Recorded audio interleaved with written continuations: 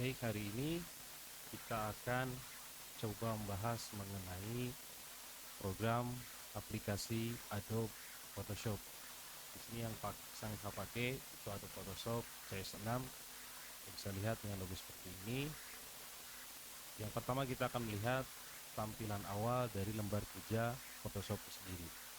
Jika Anda lihat, lembar kerja Photoshop itu kurang lebih seperti ini.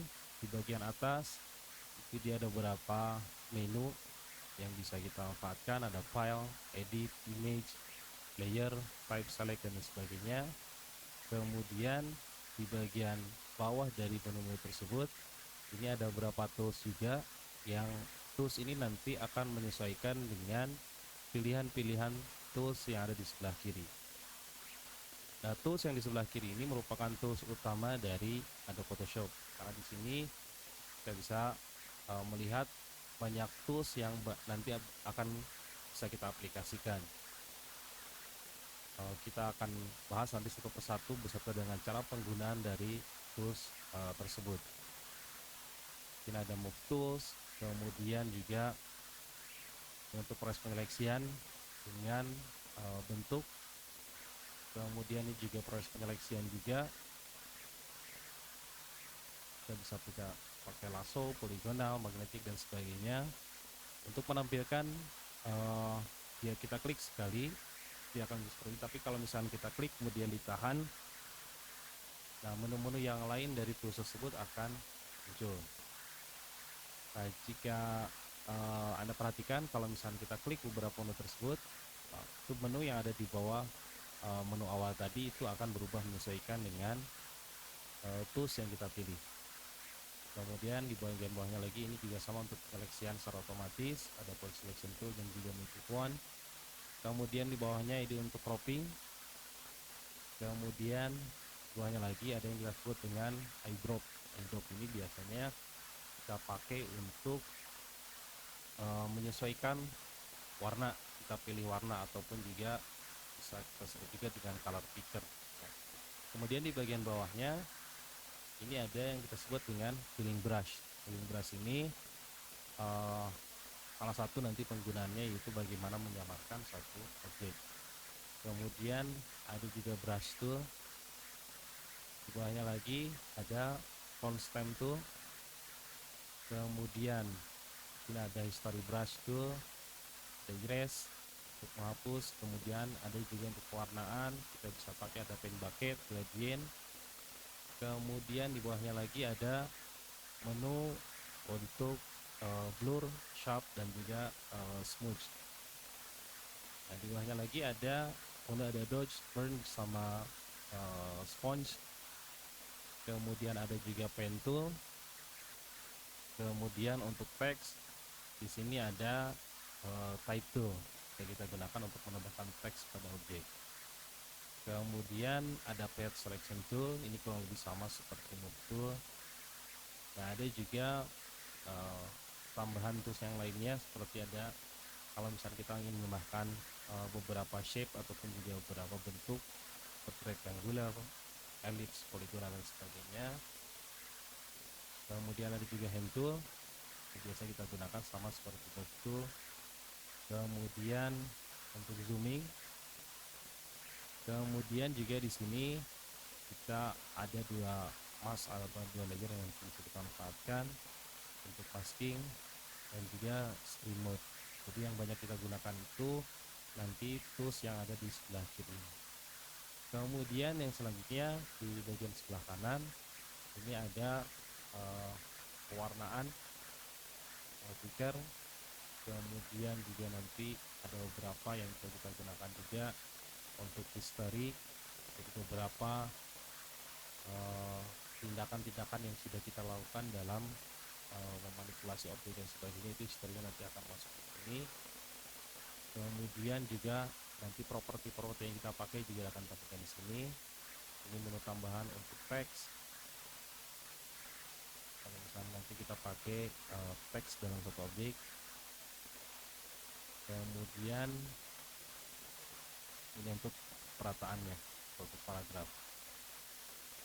Nah, di bagian bawah Ini juga nanti banyak kita pakai karena di sini untuk pengaturan layer. Jadi berapa banyak objek yang kita masukkan dalam lembar kerja tersebut, nanti tiap-tiap lembar kerja ataupun juga tiap-tiap dokumen yang kita masukkan pada lembar kerja Photoshop ini, dia akan dikumpulkan pada layer-layer di sebelah kanan bawah ini. Jadi nanti untuk pengaturan layer-layernya. Nah, yang pertama kita akan coba membuat satu dokumen baru, dokumen kosong, dengan menggunakan Photoshopnya sendiri.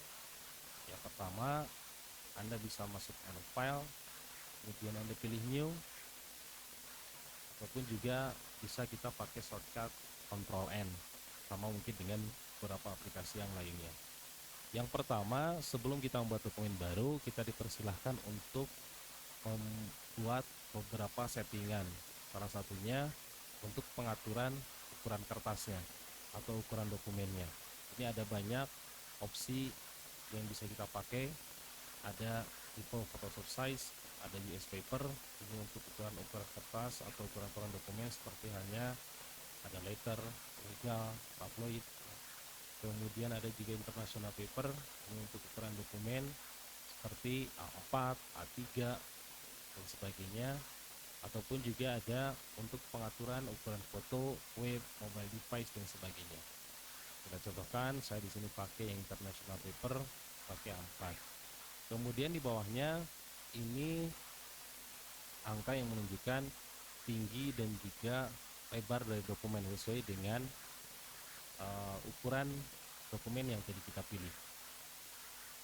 Nah, ukuran dokumen ini kita bisa ubah juga kalau misalkan kita ingin bikin ukuran dokumen secara custom. Kita bisa atur lebar dan juga tingginya, ataupun juga satuannya bisa kita ubah. Kalau di sini milimeter, kita bisa ganti ke inci ataupun dia ke sentimeter.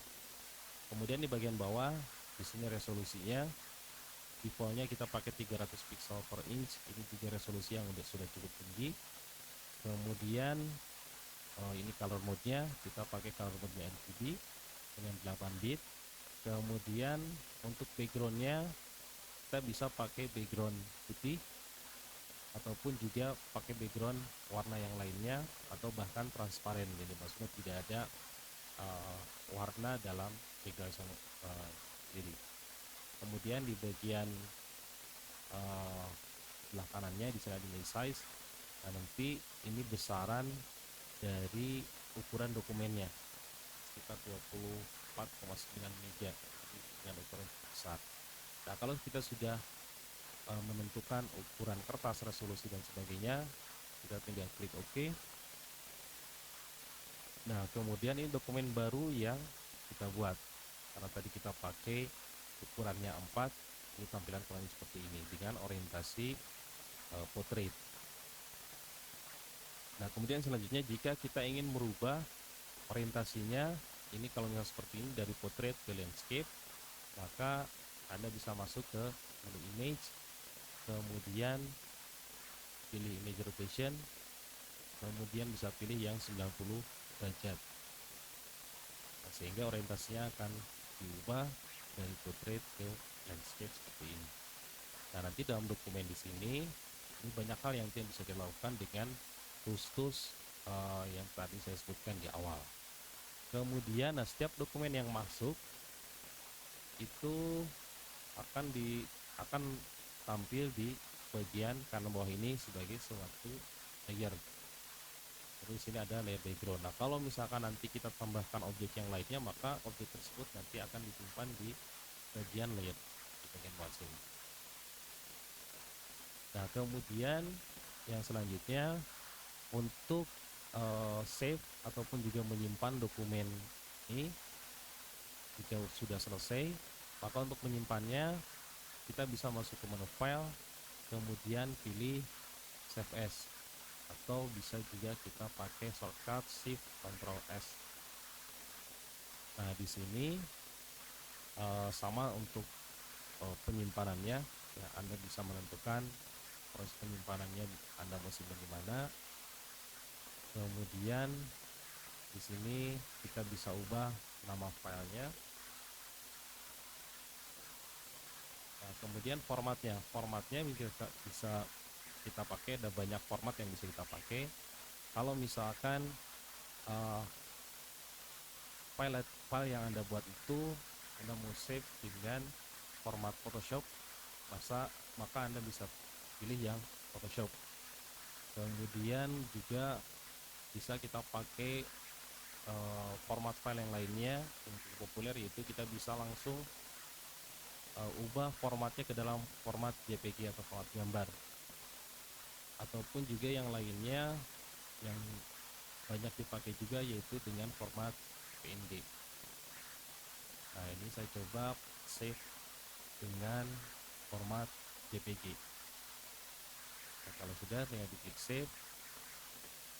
Nah, untuk format JPG di sini, sebelum dokumennya dikonversikan dalam bentuk gambar, maka ada pengaturan yang bisa kita maksimalkan. Di sini dari quality-nya kita bisa pakai yang maksimum, low, high, medium. Ini salah satunya untuk mengatur resolusi.